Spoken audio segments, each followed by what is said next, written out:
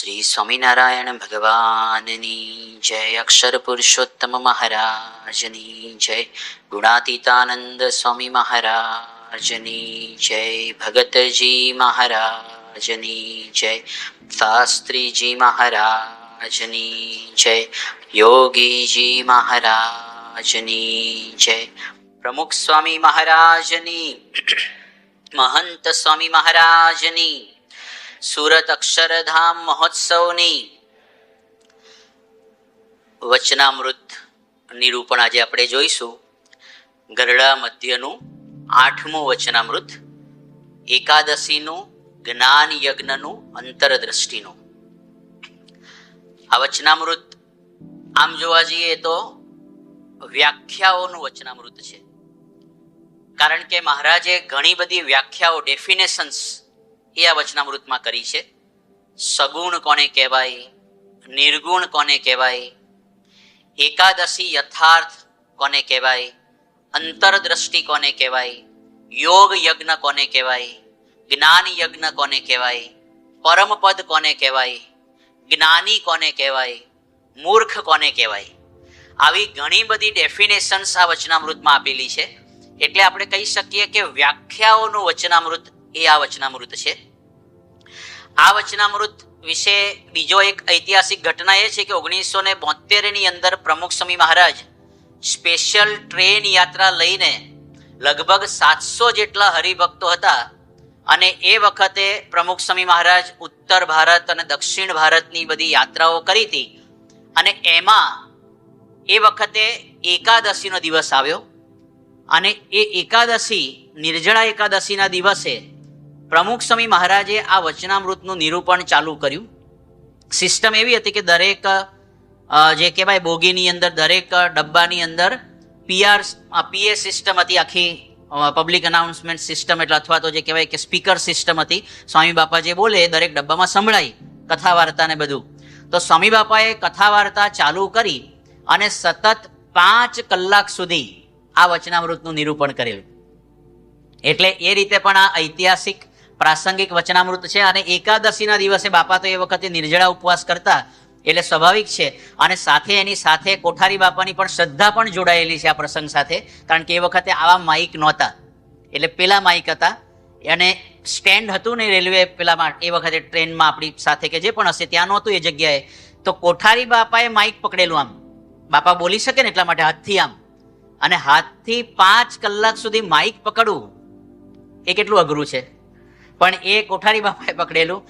એમને પણ નિર્જળા ઉપવાસ, અને પ્રમુખ સ્વામી મહારાજે નિર્જળા ઉપવાસના દિવસે 5 કલાક કથા વાર્તા કરેલી, અને એમાં આ વચનામૃતનું નિરૂપણ કરેલું, ગરડા મધ્યનું 8મું વચનામૃત.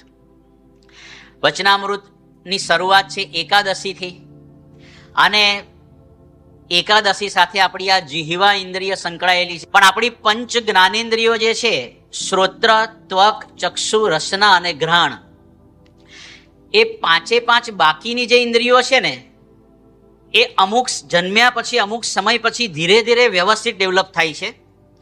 અને જ્યારે મૃત્યુ થવાનું હોય એના ઘણા વર્ષો પહેલા ધીરે ધીરે ક્ષીણ પણ થઈ જાય છે. પણ આ જીહવા ઇન્દ્રિય એકમાત્ર એવી ઇન્દ્રિય છે કે જન્મતાની સાથે ફૂલ્લી ડેવલપ્ડ હોય છે, અને મૃત્યુના છેલ્લા શ્વાસ સુધી ડેવલપ્ડ જ રહેશે. એ ક્ષીણ થતી જ નથી. નાનો હોય ત્યારે પણ જેમ દૂધ પીવા, લિક્વિડથી શરૂઆત કરે ને પોચી ખીચડી નામ જેમ ખાવાની શરૂઆત કરે, એમ પથારી પર ઢળી ગયા હોય, છેલ્લા શ્વાસો હોય અથવા તો છેલ્લા વર્ષો હોય, તોય આવો ચોમાસું હોય તો કે પોસા ભજીયા બનાવજો ને, અથવા તો શીરો, ગરમ ગરમ શીરો, પોસો શીરો બનાવજો ને. એટલે આ એકમાત્ર ઇન્દ્રિય એવી છે કે જે ફુલ્લી ડેવલપ્ડ છે, અને through out the life fully developed છે. અને એકાદશી એની પર પ્રહાર કરે છે, એટલે અઘરી પડે છે ને આપણને. જે એકાદશી અઘરી પડે છે કારણ કે એકાદશીનો એટેક આ જીહવા ઇન્દ્રિય પર છે. એ વખતે પૂરતી પુષ્ટિ મળતી નથી. એક ગણતરી પ્રમાણે એવું પણ છે કે દુનિયાની અંદર તમામ લોકો ભગવાનને, નાના મોટા જે આસ્થા ધરાવે છે, પણ એ ભગવાનને પૂજે છે એના કરતાં પેટની પૂજા વધારે થાય છે. એટલે આ ખાલી કહેવા માટે નહીં, પણ ભગવાનને પૂજવા માટેના ટોટલ જેટલા સ્થાનો છે ને, મંદિર છે કે સિનેગોગ છે કે ચર્ચ છે કે મસ્જિદ છે, એ બધાનું કોમ્બિનેશન ટોટલ જેટલી ફિગર થાય, ટોટલ જેટલો આંકડો થાય, એના કરતાં હોટલોની સંખ્યા વધારે છે. એટલે ભગવાનની પૂજા કરતાં પેટની પૂજા કરવાના સ્થાનો વધારે છે. એટલા માટે પણ થોડુંક આપણને એકાદશી છે એ થોડી અઘરી પડતી હોય. પણ યોગીજી મહારાજ કહે છે યોગીવાણીની અંદર કે શાસ્ત્રીજી મહારાજ 3 એકાદશીનો મહિમા બહુ જ કહેતા: દેવ પોઢી એકાદશી, દેવ ઉઠી એકાદશી અને જળઝીલની એકાદશી. અને યોગી બાપા તો કેફમાં કહે કે આખા દેશમાં હરિભક્તો નિર્જળા કરે. શાસ્ત્રીજી મહારાજે 85 વર્ષ સુધી નિર્જળા કરી. આપણને ઠેલ વાગ્યો છે તો આપણે પણ કરવું જ. આપણી જીભ, યોગી બાપા કહે કે આપણી જીભ 100 મણ સાટા ખાઈ ગઈ છે. ટાંકા ભરાણા, તળાવ ભરાણા, પણ પેટ નથી ભરાણા. આવું યોગી બાપા કહેતા. કારણ કે ટાંકાની કેપેસિટી હોય કે અમુક ભરાઈ પણ જાય, પણ પેટ ભરાતું. રોજ સવાર પડે અને કંઈક નવું જોઈએ. ગઈકાલે દબાઈને આઈસ્ક્રીમ ખાધો હોય તોય આજે કોઈક ઓફર કરે, લાવો ત્યારે તમારો બહુ આગ્રહ છે, થોડોક ટેસ્ટ કરી લઈએ. એટલે ટાંકા ભરાય પણ પેટ ભરાતા નથી. હવે એવો એકાદશી આવે કે જેમાં પેટને ખાલી રાખવાની નોબત આવે, એટલે સ્વાભાવિક છે આપણને થોડીક અઘરી પડે. પણ ગુરુ પરંપરાનો આગ્રહ આના માટે બહુ જ છે. કોઈક જગ્યાએ જે કહેવાય કે આમ બધી જગ્યાએ ચાલતે હોય સંપ્રદાય ધર્મ, અને ક્યાંક હશે પણ ખરું, પણ આપણે ત્યાં તો આપણને દેખાય છે કે એટલો બધો આગ્રહ. અને એ આગ્રહ માત્ર કહેવા માટેનો નહીં, ગુરુ પરંપરાએ પોતે પણ આવા વ્રત, ઉપવાસ, એકાદશીનો એટલો બધો આગ્રહ રાખ્યો છે. તો એનું આ વચનામૃત છે. સ્વામિનારાયણ હરે, સ્વામિનારાયણ હરે. વચનામૃત ગરડા મધ્ય પ્રકરણનું 8મું, એકાદશીનું જ્ઞાન યજ્ઞનું અંતરદ્રષ્ટિનું. સ્વામિનારાયણ હરે. સંવત 1878 શ્રાવણ સુધી દ્વાદશીને દિવસ પ્રાતઃકાળને સમયે સ્વામી શ્રી સહજાનંદજી મહારાજ શ્રી ગરડા મધ્યે દાદા ખાચરના દરબારમાં શ્રી વાસુદેવ નારાયણના મંદિર આગળ ચાકડા ઉપર વિરાજમાન હતા અને સર્વ શ્વેત વસ્ત્ર ધારણ કર્યા હતા. અને પોતાના મુખારવિંદની આગળ પરમહંસ તથા દેશ દેશના હરિભક્તની સભા ભરાઈને બેઠી હતી. અને પરમહંસ તાલ મૃદંગ લઈને કીર્તન ગાવતા હતા. પછી શ્રીજી મહારાજ સંત પ્રત્યે બોલ્યા: જે એકાદશીનું વ્રત કરવું તેની તો એમ વિગતિ છે જે પૂર્વે ભગવાન 10 ઇન્દ્રિયો અને 11મું મન તેને અંતર સન્મુખ કરીને પોઢ્યા હતા. તે સમયમાં નાડી જંગનો દીકરો જે મૂર દાનવ તે યુદ્ધ કરવા આવ્યો. પછી ભગવાનના 11 ઇન્દ્રિયોના તેજમાંથી એક કન્યા ઉત્પન્ન થઈ. ત્યારે મૂર દાનવ કન્યા પ્રત્યે બોલ્યો: જે તું મને વર્ય. પછી કન્યા બોલ્યા: જે મારે તો એવી પ્રતિજ્ઞા છે જે મને યુદ્ધમાં જીતે તેને હું વરું. પછી મૂર દાનવને અને કન્યાને યુદ્ધ થયું. ત્યારે કન્યાએ મૂર દાનવનું મસ્તક ખડગ કરીને કાપી નાખ્યું. પછી ભગવાને પ્રસન્ન થઈને તે કન્યાને કહ્યું: જે તું વર માગ્ય. ત્યારે તે કન્યાએ વર માગ્યો: જે મારા વ્રતને દિવસે કોઈ અન્ન ન ખાય અને હું તમારા 11 ઇન્દ્રિયોના તેજમાંથી પ્રકટ થઈ, માટે મારું નામ એકાદશી છે. અને હું તપસ્વીની છું, માટે મારા વ્રતને દિવસે મન આદિક જે 11 ઇન્દ્રિયો તેનો જે આહાર તે કોઈ કરે નહીં. એવું એકાદશીનું વચન સાંભળીને ભગવાને તે વર આપ્યો. એવી રીતે પુરાણની કથા છે. આ કથા પદ્મ પુરાણની અંદર આપણને એનો રેફરન્સ મળે છે કે ઘટના એવી બની કે સતયુગની અંદર મૂર નામનો આ નાડી જંગનો દીકરો જે મૂર, એ એક શક્તિશાળી રાક્ષસ હતો. અને એણે ઇન્દ્ર સહિત તમામ દેવતાઓના વિસ્તારોમાં જઈને એક દેવતાઓને હરાવ્યા અને અંતે સ્વર્ગ ઉપર કબજો કરી લીધો. અને બધા દેવતાઓ પછી પરાસ્ત થયા એટલે ભેગા થઈને ભગવાન શિવજી પાસે ગયા, રક્ષણ માટે વિનંતી કરી કે ભગવાન અમારી રક્ષા કરો. શિવજીએ કીધું કે તમે વિષ્ણુ ભગવાન શ્રીહરિ પાસે જાઓ, વિષ્ણુ પાસે જાઓ, એ કંઈક કરી શકશે આમાં. એટલે પછી બધા દેવતાઓ ક્ષીર સાગરની અંદર ભગવાન વિષ્ણુ પાસે પહોંચ્યા અને આખી વાત કરી કે આવું બન્યું છે ભગવાન, આનો ત્રાસ બહુ થઈ ગયો છે ને અમારા બધાના ઘર છે વગર ડેમોલિશને, વગર જેસીબી બધા ડેમોલિશ થઈ ગયા જેવું છે. એટલે કે હવે જે કહેવાય કે કંઈક કરો તમે. એટલે પછી શ્રીહરિએ વિષ્ણુ ભગવાને કીધું કે તમે બધા એનો નિવાસ ક્યાં છે, એનો પ્રાઇવેટ ફાર્મ હાઉસ ક્યાં છે? તો કે ચંદ્રાવતી નગરીની અંદર. તો કે તમે બધા જાઓ, હું પણ પાછળ આવું છું. અને ભગવાન વિષ્ણુ પણ બધા દેવતાઓ સાથે ચંદ્રાવતી નગર જવા માટે નીકળ્યા.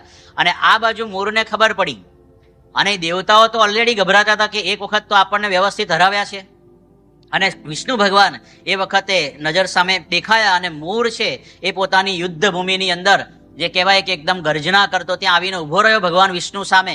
અને એ વખતે ભગવાન વિષ્ણુ ત્યાં પ્રગટ થઈને બધા જ રાક્ષસોને વન બાય વન હુમલો કરીને બધા એનો કાસળ કાઢવા માંડ્યા અને બધાને ખતમ કર્યા. પણ મૂર છે એની સામે જે કહેવાય કે ભગવાન લડતા રહ્યા અને એવું કહેવાય છે હજારો વર્ષ યુદ્ધ ચાલ્યું. એટલે ભગવાન વિષ્ણુ કહે કે આનો પ્રોજેક્ટ પેન્ડિંગ રાખીએ ને બદ્રિકાશ્રમ જવા નીકળ્યા. અને ત્યાં હેમવતી નામની ગુફા, ત્યાં જઈને કે અહીંયા કોઈ એન્ટ્રી નથી, કોઈ આવશે ને એટલે અહીંયા આપણે સૂઈ જઈએ, થોડોક થાક લઈને વળી પાછા લડવા જઈશું, એમ કરીને ત્યાં યોગ નિદ્રામાં સૂઈ ગયા. અને એ હેમવતી નામની ગુફામાં સૂતા હતા. પણ આના પણ બધી જે કહેવાય ને ઇન્ટેલિજન્સ બહુ પાવરફુલ હતી, એની રો બહુ પાવરફુલ હતી. એટલે એને ખબર પડી કે ભગવાન આ ગુફાની અંદર સૂતા છે, કે હું તો એમને ખતમ કરીને જ રહીશ. એટલે મૂર પાછળ ભગવાન વિષ્ણુની પાછળ ગયો અને ગુફાની અંદર ગયો. અને ત્યારે આ ભગવાન છે હેમવતી નામની ગુફાની અંદર સૂતા હતા. અને આ જેવો એટેક કરવા જાય છે ત્યારનો આ પ્રસંગ ભગવાન સ્વામિનારાયણ ટાંકે છે. હવે ખબર નથી કે નીલકંઠ વર્ણી વિશે કે મહારાજે ઘનશ્યામ વિશે પદ્મપુરાણ ક્યારે વાંચ્યું હશે, ક્યારે આ સ્ટોરી સાંભળી હશે અને આટલી ઈદમ એમને યાદ હશે. પણ એનો રેફરન્સ ટાંકીને કહે છે કે એ વખતે ભગવાન વિષ્ણુને પેલો મારવા જાય છે, ત્યાં ભગવાનના શરીરમાંથી એમની એકાદશ ઇન્દ્રિયોમાંથી પંચ જ્ઞાનેન્દ્રિયો શ્રોત્ર ત્વક ચક્ષુ રસના અને ઘ્રાણ અને પંચ કર્મેન્દ્રિયો વાક પાણી પાદ પાયુ ને ઉપસ્થ, આ 10 ઇન્દ્રિયો 10 અને 11મું મન, એમ કરીને 11 ઇન્દ્રિયોમાંથી એક કન્યા ઉત્પન્ન થઈ. અને એ આવી રીતે બહુ અત્યંત સ્વરૂપવાન હતી. ને ભગવાને જે આ વર્ણન કર્યું સ્વામિનારાયણ ભગવાને, એ રીતે પેલા મૂર દાનવે એને કીધું કે ભાઈ તું મારી સાથે લગ્ન કર. તો કે મારો નિયમ એવો છે કે મારી સાથે યુદ્ધમાં જે જીતે ને એની સાથે હું લગ્ન કરું. હવે સંતો વર્ણન કરે છે કે ભાઈ આમાં પણ એને જે કહેવાય કે શાન ઠેકાણે ના જ કહેવાય કે યુદ્ધમાં જીતે તો બેમાંથી એક તો મરે જ, તો લગ્ન કોની સાથે કરે? પણ તોય કે ચાલો તો યુદ્ધ કરીએ. પણ પેલા તો ભગવાનના એકાદશ ઇન્દ્રિયોમાંથી ઉત્પન્ન થયા હતા એટલે મૂર એને હરાવી શક્યો નહીં અને મૂર દાનવનો ત્યાં વધ થયો, એનું મૃત્યુ થયું. અને આ બધા અવાજથી કોલાહલથી ભગવાન છે એ પોતે જાગી ગયા અને જોયું તો આ દેવી છે એમણે પેલા મૂર દાનવનો વધ કરેલો. એટલે બહુ પ્રસન્ન થયા અને વરદાન માગવા માટે કીધું. એટલે પેલા એમણે કીધું કે હું તમારા જ એકાદશ ઇન્દ્રિયોમાંથી ઉત્પન્ન થયેલું છું, તમારી જ શક્તિ છું. એટલે એ એકાદશી એટલે એનું નામ એકાદશી કહેવાય છે. એકાદશ ઇન્દ્રિયોમાંથી પ્રગટ થયા અને પછી એમણે વરદાન માંગ્યું કે ભગવાન હું તમારા જ આ રીતે કહેવાય કે એકાદશ ઇન્દ્રિયોમાંથી પ્રકટ થયેલું છું, તો મને એવું વરદાન આપો કે આ દિવસે તમારા બધા ભક્તો હોય એ એકાદશ ઇન્દ્રિયોના આહારનો ત્યાગ કરે. અને કહેવાય છે કે ત્યારથી એકાદશીની પરંપરા શરૂ થઈ. ઉત્પન્ના એકાદશી ઉત્પન્ન થઈ ને એટલે આને ઉત્પન્ના એકાદશી કહે છે. પણ કે ત્યારથી એકાદશીનું વ્રત છે એ શરૂ થયું. પૂજ્ય સંત સ્વામી સારંગપુરમાં હતા, એ કહેતા હતા કે આ મૂર દાનવ એટલે શું? મોહ છે. એને ભલભલા દેવતાઓને પણ પરાસ્ત કરી દીધા છે ને. એટલે કે માનવ અને દેવતાઓ બધા સહિત મોહથી પરાસ્ત થયેલા છે. અને જે ભગવાનની એકાદશ ઇન્દ્રિયોમાંથી શક્તિ પ્રગટ થઈ છે, શક્તિ કઈ છે? તો સંયમની શક્તિ છે. અને એવી રીતે આ એકાદશીના વ્રતની શરૂઆત થઈ છે. પણ એ આપણા બધા માટે થોડું અનયુઝ્યુઅલ છે. કારણ કે નોર્મલી તો વિષય ભોગ પંચ વિષય તરફ આપણી તમારી બધાની ગતિ એ એક ઢળતો ઢાળ છે. જ્યારે આ વિરુદ્ધ ઢાળમાં ઉપર ટેકરા પર ચડવાની વાત છે. તપ કર્યું નથી ને કરવાની વાત છે. એટલે તપ કરવું પડે, શરીરને કષ્ટ પડે, ભૂખ લાગે, તરસ લાગે, ઊંઘ આવે, ઝોકા આવે, કામમાં બરકત ના આવે, અંતરમાં અણગમો રહે, ક્યારે પારણા કરશું. ઘણી વાર તો રાત્રે સપનામાં લીંબુ પાણીનો શરબતનો દરિયો દેખાય કે હવે ક્યારે એમાંથી પી લઉં. એટલે એવા બધા જે કહેવાય કે વિચારો જાતના આવે. પણ ટૂંકમાં આપણને અઘરી પડે છે. એટલા માટે પેલા સંત પુનીતે આપણું વર્ણન કરતા કીધું છે કે એકાદશી આપણી કેવી હોય છે. હે હરિ, આજ એકાદશી ઉપવાસ, વેઠ્યો ભૂખનો બહુ ત્રાસ, બીજું કાંઈ ખાધું નથી રે. સિંગોડાનો શીરો બનાવ્યો ને રાજગરાની પૂરી, શાક સુરણનું મેં ઘીમાં વઘાર્યું તોય ન થાય સબૂરી. મોરૈયાનો ભાત બનાવ્યો, બટાકાની સૂકી ભાજી, દૂધ બાળીને બાસુંદી મેં કીધી, મારા મનને કરવા રાજી, બીજું કાંઈ ખાધું નથી રે. સાંજ પડી ત્યારે વેફર સાથે કોરો ચેવડો લીધો, દૂધીનો હલવો મંગાવી મેં તો મોંમાં મૂકી દીધો, સૂતી વેળાએ દૂધ મંગાવી 1.5 લીટર મેં પીધું, રામ ભગત કહે પુનિત થાવા, એકાદશી વ્રત કીધું, બીજું કાંઈ ખાધું નથી રે. ડઝન કેળા ખાઈ જાય ને 1.5 લીટર દૂધ પી જાય તો બીજું કાંઈ ખાધું નથી. એટલે આપણી એકાદશી કરીએ તો પછી આવી થાય છે ફરાળી એકાદશી. મહારાજના સમયમાં ગરડાની અંદર શરૂઆતમાં આવ્યા મહારાજ ત્યારે બધી પરંપરાઓનું સ્થાપન કરવાનું હતું. એમાં એમની રુચિ તો તપ વ્રતની હતી જ. ફુલાશ્રમમાં તપશ્ચર્યા કરીને આવ્યા હતા મુક્તિનાથમાં અને બધી જગ્યાએ. એટલે એમને બધા ભક્તોને તપશ્ચર્યાના ઢાળે ચડાવવા હતા. એટલે એકાદશીની શરૂઆત જ્યારે કરવાની હતી શરૂઆતના વર્ષોમાં, અને મહારાજ બહુ પ્રતિપાદન કરતા પણ બધા કરે નહીં. પણ એક વખત મહારાજે બહુ જ મહિમા કીધો એકાદશીનો. એટલે સુરા ખાચરના ભત્રીજા હતા માણસિયા ખુમાણ. એટલો બધો મહિમા કીધો એટલે મહારાજને બીતા પૂછ્યું કે મહારાજ એકાદશીના દિવસે અનાજ ખાય તો શું થાય? હે મહારાજ એના શું હાલ થાય એ વાત કરો તમે. એટલે શ્રીજી મહારાજ કે જો માણસિયા, એકાદશીના દિવસે અનાજ ખાય એટલે જેમ છાતીમાં કોઈ ભાલા ભોંકે અને દુઃખ થાય, એમ તમે એક એક અનાજનો દાણો ખાઓ ને એ મારી છાતીમાં ભાલા ભોંક્યા હોય ને એવું મને દુઃખ થઈ જાય. માણસિયા ખુમાણ કે હે મહારાજ આ તો ભારે થઈ. તો કે એકાદશી કરવી જ પડે. તો મહારાજ કે કરવી જ પડે. પણ હવે ક્યારેય એને અનુભવ નહીં અને દરબારને આવી રીતે કરવાની આવી એકાદશી બહુ ભારે પડી એમને. અને બપોર થતા થતા તો કે મને ખવડાવો, હાથ પગ ઊંચા કરે ને પછી તો બધા જોવા આવ્યા કે આ માણસિયાને કંઈક થઈ ગયું છે, મોઢામાંથી ફીણ નીકળી ગયા. એટલે નથુ ખાચર હતા ને બહુ ગભરાઈ ગયા કે આને કંઈક થઈ જશે. એટલે મહારાજ પાસે જઈએ, એકાદશી અત્યાર સુધી તો કરી છે, જેમ તેમ કરીને મહારાજ પાસે દોડતા ગયા કે મહારાજ તમે નિર્જળા એકાદશીની વાત કરી છે પણ પેલાના મોઢામાંથી ફીણ નીકળ્યા છે, માણસિયો મરી જશે. મહારાજ કે માણસિયો નહીં મરે, ચિંતા ના કરો. પણ પછી મહારાજ ત્યાં ધીરે રહીને ગયા. મારા માણસિયાને એટલું જ કામ હતું મને કંઈ ખાવા પીવાની છૂટ આપી દે, કારણ કે આ નિર્જળા એકાદશીનો પ્રયોગ કરતા હતા મહારાજ. એટલે એ વખતે મહારાજ એની પાસે પહોંચ્યા ત્યારે પેલો માણસિયો ધીરે રહીને કે મહારાજ આ માણસિયાને માણસ મારી વળગી છે, બીજું કાંઈ થયું નથી. આ તમે એકાદશી ક્યાંથી લાયા? માણસ મારી જેવી છે, એટલે મારી નાખશે મને, એટલે હોશ કોશ જતા રહ્યા છે. આ સાંભળીને મહારાજ, ગમત સાંભળીને મહારાજ હસ્યા અને કે ફરાળ તો એની છૂટ આપવી જ પડશે. મહારાજે પછી કીધું કે વાંધો નહીં, ફરાળ કરવાની છૂટ આપી અને માણસિયાના જીવમાં જીવ આવ્યો કે હાશ હવે બરાબર છે. પણ એક એકાદશી તો પાછી પેલી સંત પુનિત વાળી જ તે જેનું વર્ણન કર્યું એવી કરતા હોય, પણ તોય ફરાળ ખાઈને આપણે ઘણીવાર ફરાળ ખાઈને પણ આપણને અઘરું પડતું હોય છે. અને અહીંયા એકાદશી આવું વરદાન માગી લીધું. ઘણા તો વિચાર આવી ગયો છે કે આને માગતા આવડીને આવું મગાતું હશે ભગવાન રાજી થયા કે મારા જન્મ દિવસે કોઈ જમે નહીં. ઘણા આવો વિચાર આવી જાય, ક્રિએટિવ વિચાર. પણ ટૂંકમાં એકાદશી આ વરદાન માગ્યું ત્યારથી આપણે છે આ એકાદશી આવી છે. પણ આપણી ગુરુ પરંપરા સામું જોઈએ. યોગી બાપાને તો એટલો મહિમા, વ્રત ઉપવાસના બધા મહંત સ્વામીને બધાને તો જે કહેવાય ને એટલી લેફ્ટ લીધી છે. યોગી યુવક ઉપવાસ કોલેજ એ સ્પેશિયલ ચાલુ કરી હતી. અને નાવડાવે તો સરસ કેવી નવડાવા જાય, યોગી બાપાને લાભ લેવો, પેલો બચારો હોંશે ગયો હોય અને નવડાવા જાય ગુરુ ઉપવાસ કાલે. અને એમાં મહંત સ્વામી મહારાજને તો 5-5 દિવસ ઠપકાર્યા હતા. એ તો કેવા અઘરા પડી જાય. પણ યોગી બાપાની અત્યંત રુચિ, પાછા ફાયદા ગણાવે યોગી બાપા. એમાંથી એક ફાયદો આપણને સમજાય એવો નહીં, પણ યોગી બાપા કે એકાદશી કરે, ઉપવાસ કરે તો ફાયદા કેટલા બધા થાય.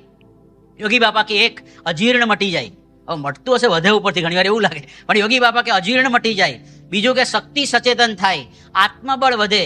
પછી કે મોટા પુરુષ રાજી થાય, ભગવાનનો સાક્ષાત્કાર થાય. છઠ્ઠું કે તપ જેવું વાલું છે વાલમ ને વાલમ રાજી થાય. સાતમું કે દેહ દમન ને આત્મવિચારથી ઇન્દ્રિયો અંતઃકરણ જીતાઈ જાય. આઠમું સ્ફૂર્તિમાં રહેવાય. નવમું કે વહેલા ઉઠાય, ઊંઘનો સંકોચ ના રહે. આ એક સાચું લાગે છે, વહેલા ઉઠાઈ જવાય, પેટ ખાલી હોય ને એટલે વહેલું ઉઠી જવાય. પછી 10મું કે છે કે તાવ તર્યો મંદવાડ ના આવે. અને 11મું કે છે કે શરીરનો પાવર આવે. હવે પાવર આવતો હશે, ઢીલા ગેસ જેવા થઈ જઈએ. પણ એ લોકોને એટલો બધો ઉત્સાહ છે આ બધા પુરુષોને, આપણા ગુરુઓને, એટલે ના હોય ત્યાંથી ફાયદા ગણાઈને બસ ગમે તેમ કરીને કરો તમે. યોગી બાપા કે 5 દિવસ જો કરીએ ને તો ઉપવાસ કરવાની ટેવ પડી જાય. એટલે આપણે કાયમ માટે કરવું. પણ યોગીજી મહારાજને ખબર પડે કે આવતીકાલે એકાદશી છે તો એકદમ આનંદ થઈ જાય એમને. ઓહો કાલે ખાવાનું નહીં, પીવાનું નહીં, સુવાનું નહીં, માત્ર ભજન કર્યા કરવાનું. એ ભજન કર્યા કરશો, આનંદ થઈ જશે. અને આપણું એક્ઝેક્ટલી રિવર્સ હોય, 180 ડિગ્રી. રોજ ભજન થતું હોય પણ એ દિવસે ભજન થાય નહીં કે ભાઈ આ વહેલું ખાવા ભેગા થઈએ તો સારું. પણ આ યોગી બાપા જેવા પુરુષ, અને આ એમને ખાલી કીધું નથી, એમના જીવનમાં દેખાય કે ઉપવાસને એમને એન્જોય કર્યો છે, માણ્યો છે. 1960ની અંદર બાપા છે વિચરણમાં હતા આફ્રિકાની અંદર. અને એ વખતે લુસાકાથી 400 માઇલ કાપીને સોલ્સબરી જવાનું હતું અને રાતના 11:30 થઈ ગયા. અને યોગી બાપાનો નિયમ એવો હતો, આ 8મનો દિવસ હતો અને નિયમ એવો હતો કે મુસાફરીમાં કાંઈ લે નહીં. એટલે એ દિવસ તો ખાધા પીધા વગરનો ગયો. અને અધુરામ પુરુષ સાંજે જઈને જમવાનો પ્રોગ્રામ હતો. પણ ત્યાં પહોંચ્યા અને નવું ગામ હતું એટલે રસ્તો શોધતા ઉતારે જવાનો રસ્તો સત્તા મોડું થયું અને 12:15 પહોંચ્યા. ત્યાં પાછો બીજો નિયમ એમનો લાગુ પડી જાય કે 12 વાગ્યા પછી કંઈ ખવાય નહીં. એટલે પેલા બધાએ બનાવ્યું હતું પણ એ લીધું નહીં. સ્વામી બાપાને ઉકાળો લેવાનો કીધું પણ ઘડિયાળ બતાવી કે 12 વાગી ગયા છે. એટલે એ દિવસે ઉપવાસ થયો. નોમનો તો ઉપવાસ કરતા જ હતા, શુદ્ધ નોમનો નિર્જળા ઉપવાસ યોગી બાપા. અને એમાં હરિજયંતીનો ઉપવાસ હતો, એમાંય પાછો હતો. એટલે જે યોગી બાપાએ છે અને પણ એ દિવસે ઈશ્વર સમયે વર્ણન લખ્યું છે કે બાપાના ચહેરા ઉપર એટલો બધો આનંદ વિભોરામ, અને કંઈ જાણે કે થાક જ લાગ્યો નથી. એટલું બધું ટ્રાવેલિંગનો એક તો થાક હતો, ઉપવાસનો થાક હતો, પણ કોઈને ખબર ના પડે કે આ બીજો ઉપવાસ છે. અને ત્રીજો દિવસ અધુરામપુરું એવું બન્યું કે સવારના પહોરમાં પારણા કરવાના હતા, પણ યોગી બાપાએ સાવ નહીવત આમ વાટકી જેટલું ખીચડી કઢી લીધું અને પછી તરત ત્યાંથી મુસાફરી નીકળવાનું હતું. અને સવારે 10 વાગે નીકળી ગયા, સોલ્સબરીથી નીકળ્યા અને સાંજે 5:30 દારે સલામ પહોંચ્યા. એટલે એ દિવસનું બપોરનું ગયું, સવારે કંઈ લીધું ના લીધું કર્યું હતું. અને એકચ્યુઅલી પારણાના દિવસે છે ને સવારે તો હજી સમજ્યા, બપોરે કડકડાઈને ભૂખ લાગે, કારણ કે પેલું એન્જિન ચાલુ થયું હોય ને સવારના પોરમાં થોડુંક, એટલે એને બરાબર ઓઇલિંગ થઈ ગયું, એટલે બપોરે તો પાછું રેડી થઈ ગઈ આપણી ગાડી. પણ એ દિવસે બપોરનું ગયું. અને પછી બધાનો આગ્રહ હતો કે સ્વામી બાપા કંઈક લો, પણ કંઈ એમને મુસાફરીમાં લીધું નહીં. અને સાંજે પાછા આવ્યા ત્યારે પણ કંઈ ખાસ લીધું નહીં. અને ચોથા દિવસે તો એકાદશી ઊભી જ હતી. એટલે 4 દિવસ એમને છે નિર્જળા ઉપવાસ જેવું થઈ ગયું. થોડું વચ્ચે આવ્યું પારણાનું. ગુણાતીતાનંદ સ્વામીએ પણ આ વાત લખી છે કે આવી રીતે કોઈક મંદવાડ આવે અને એમાં જે કાયર થઈ જાય તો દુઃખ મટે નહીં, પણ હિંમત રાખતા એની પર મહારાજ રાજી થતા. પ્રમુખ સ્વામી મહારાજ કહેતા કે શું થઈ જવાનું છે, મરી જવાના છીએ, આવા વિચારથી મનમાં હિંમત રાખવી. 20 જુલાઈ 1983 આપણને ખ્યાલ છે કે બાપાને હાર્ટ એટેક આવ્યો. અને પછી તો અહીંયા જ જે કહેવાય કે એમ્સમાં બધું આરામ ને બધું થયું. પણ ત્યાર પછી જ્યારે અમદાવાદ ગયા અને દેવપોઢી એકાદશી આવી, એટલે કે આજની એકાદશી, નિયમની એકાદશી આવી. અને બાપાએ ત્યાં સુધીમાં ક્યારેય નિયમની એકાદશી છે એક તો સારધાર નિર્જળા કરેલી, એટલે એ વખતે પણ હવે હાર્ટ એટેક આવી ગયો છે. ડોક્ટરોના સૂચન પ્રમાણે બધી દવાઓ લેવાની છે, એટલે સ્વાભાવિક છે ફરાળ કરે એ જ સારું. અને આમે આટલી મોટી ઉંમર થઈ ગઈ છે, એટલે બધા સંતો ભક્તોએ બહુ આગ્રહ કર્યો. એટલે સંતોને તો ગાંઠ્યા નહીં, પણ પછી અંબાલાલ કાકા બકરીપોર વાળા એમણે બહુ આગ્રહ કર્યો. પણ બાપાના મનમાં નક્કી હતું, પાછા પધાર્યા એનો પોતાના ઉતારામાં ત્યારે, કે મારે કશું જમવું નથી. પણ આમણે એટલો બધો આગ્રહ કર્યો, એટલે પછી શાસ્ત્રીજી મહારાજના સમયના હરિભગત એટલે દુખાય નહીં, એટલે એ દ્રષ્ટિકોણથી દવા પીવા પૂરતો ઉકાળો ગ્રહણ કર્યો કે દવાની સાથે ચલો ઉકાળો લઈ લઈએ. પણ એ કેટલીક આમ કઠિનાઈથી લીધો હશે. કેટલા જે કે એમને દુઃખ થયું હશે કે જેવો ઉકાળો અંદર ગયો અને આ બાજુ સ્વામીના આંખની અંદર આંસુ બહાર આવ્યા. એટલે કે એકદમ સ્વામી ગળગળા થઈ ગયા. અને ઉકાળો ગળો નીચે ઉતારતા જાણે કે આમ ધગધગતું શીશુ ગળે ઉતારવાનું હોય ને એવો અનુભવ જાણે કે થયો હશે. હવે બપોર થઈ અને વળી પાછા સંતો ફરાળની થાળી લઈને આવ્યા. એટલે સ્વામી બાપા જે છે એ સંતો ભક્તોને વિનંતી ઘણી બધી કરી, પણ પેલા લોકોએ તે પણ ગાંઠે એવા હતા ને સ્વામી હવે તો તમારે લેવું જ પડે, ડોક્ટરોના સૂચન છે, હાર્ટ એટેક છે, આમ છે તેમ છે, અને આપની તબિયત નરમ છે એટલે રોગ છે એટલે થોડુંક તો સ્વીકારો. વળી આ બધાએ આગ્રહ કર્યો એટલે સ્વામી ફરી પાછું થોડું લેવું પડ્યું. નજીવું ફરાળ લીધું હશે પાછું, એટલું બધું નહીં કે આપણને જ પાછી છૂટ મળે એટલે વ્યવસ્થિત બેટિંગ કરી લઈએ. જે હોય પછી મોરૈયાનો હોય કે જે કહેવાય સાબુદાણાનો ખીચડી હોય કે જે હોય, પણ સ્વામી બાપાએ સાવ સાધારણ લીધું. તો પણ વળી પાછી એમની આંખમાંથી આંસુ આવી ગયા અને સ્વામીને સહેજે ગમવું નહીં. અને ઊભા થતા થતા તો બાપા બોલી ગયા કે મહા દુઃખ થયું, મહા દુઃખ કર્યું, આજે એકાદશી આવું કર્યું, જાણે કે બહુ મોટો અપરાધ થઈ ગયો હોય. એટલે સંતો પણ થોડા એ થયા. સ્વામીને કીધું કે બાપા આપણું બ્લડ પ્રેશર અત્યારે નીચું છે, ડોક્ટરોના સૂચન છે. બાપા કે તોય સાંજ સુધી તો ખેંચી જ શકે જ ને, આ તો સવારના પોરમાં ઉકાળો પીવડાવી દીધો, બપોર ફરાળ કરાવી દીધું. બાપા કે આ બધી ચિંતા બહુ ના કરવાની હોય. પણ તેમ છતાં આ બધું જે થયું ત્યાર પછી બાપાએ જાણે કે ઉદાસીનતા ધારણ કરી લીધી ચહેરા પર. આમ રોજ તો જે એમનો ચહેરો ખીલેલો હોય, હસતા હોય, એકબીજાને ગમ્મતો કરાવતા હોય, પણ સ્વામી બાપા 2 દિવસ સુધી એટલા ઉદાસીન રહ્યા. બીજા દિવસે ગાંધીનગર અક્ષરધામની મૂર્તિઓના કામ માટે જોવા માટે જવાના હતા, તો પણ કોઈ વધારે કોઈની સાથે ગમ્મત નહીં. રાત્રે અમદાવાદ પાછા આવ્યા તો પણ એવો ને એવો ચહેરો. રાતનું ફરાળ લઈ અને એ વખતે જ્યારે અંબાલાલ કાકાએ ફરી આગ્રહ કર્યો અને બહુ રાજી થયા કે બાપા તમે અમારું બહુ રાખ્યું, તો હવે ગુણાતીત દ્વિશતાબ્દી વખતે પણ અમે તમારું રાખશું. કારણ કે 85માં સમય આવતો હતો કે અમારા આગ્રહથી તમે આજે બધું ફરાળ અંગીકાર કર્યો, એટલે આભાર માનવા આવ્યા. ત્યારે સ્વામી બાપા કે તમે તો અમારું રાખ્યું જ છે, ક્યાં નથી રાખતા, પણ આ તો નિયમની એકાદશી અને એમાંય 2-4 વખત ફરાળ હોય, એકાદ વખત હોય તો બરાબર, બહુ ઠીક નહીં આ. અને સ્વામી બાપા કે નિર્જળા ઉપવાસ ન કરવા દીધો, પણ પ્રવાહી ખાલી લે તોય ચાલે. આને આ તો કશું ના કહેવાય કે ઉપવાસે નહીં અને કાંઈ નહીં, આટલું બોલતા બોલતા બાપા આમ ગળગળા થઈ ગયા અને છેક બીજા દિવસની સાંજ સુધી સ્વામીનો ચહેરો એવો ને એવો રહ્યો. એ વખતે જે કહેવાય કે નોંધ બધાએ કરી, કોઈ વિશેષ વાત નહીં, કોઈ વિનોદ નહીં, કશું જ નહીં. થોડા દિવસ પછી એક ઋષિકેશ ભગતે વાત કરી કે બાપા આપ કશું ગ્રહણ ન કરો તો ભક્તોના ભાવ કેવી રીતે પૂરા થાય? પણ સ્વામી બાપા કહે કે ભાવ પૂરા કરવાના, પણ ભાવ તૂટી જાય એવું ના કરવાનું હોય. અને એમ કરીને સ્વામી બાપાએ કીધું કે ભાવથી વિનંતી કે આગ્રહ કરો તે બરાબર, પણ પછી રુચિ સમજવી જોઈએ. થોડી તો તમારે રુચિ સમજવી જોઈએ ને. એટલે સત્પુરુષની રુચિ આ દિશામાં છે કે ભાઈ ઉપવાસ આવે તો મને નિર્જળા કોઈ કરવા દે. અને આપણી બધાની સામાન્ય જીવ છે, રુચિ કેવી હોય? રાહ જોતા હોય વોટ્સએપમાં મેસેજ જો આવી જાય, કદાચ કંઈક છૂટ આવી જાય ડૉક્ટર સ્વામી તરફથી, કોઠારી બાપા તરફથી, તો બહુ સારું. એટલે આપણો સ્વાભાવિક છે કે આપણો જીવ સ્વભાવ છે, આ તો બ્રહ્મદશાની વાત છે. પણ તેમ છતાં આ સત્પુરુષે પોતે ખાલી વાત નથી કરી, પણ એમના જીવનમાં આ દ્રઢતા છે. એટલે શ્રીમદ ભગવદ્ ગીતામાં આવા મહાપુરુષો માટે લખાયું છે, યા નિશા સર્વભૂતાનામ તસ્યામ જાગૃતિ સંયમી યસ્યામ જાગૃતિ ભૂતાની સા નિશા પશ્યતો મુને. કે જે દિશામાં સમગ્ર જગત એ સૂવે છે એ દિશામાં આ પુરુષો જાગ્યા છે. એટલે કે તપશ્ચર્યામાં, ઉપાસનામાં, ભક્તિમાં આપણે બધા ઊંઘીએ છીએ ત્યાં એ લોકો જાગ્યા છે. અને યસ્યામ જાગૃતિ ભૂતાની સા નિશા પશ્યતો મુને. અને જ્યાં આપણે બધા જાગ્યા છીએ પંચ વિષય પાછળ દોડવામાં, ખાવામાં, પીવામાં, ત્યાં આ પુરુષો સૂતા છે. એમને લેશ માત્ર આસક્તિ આવી છે નહીં. મહંત સ્વામી મહારાજના જીવનમાં પણ પહેલેથી આવું આપણને દેખાય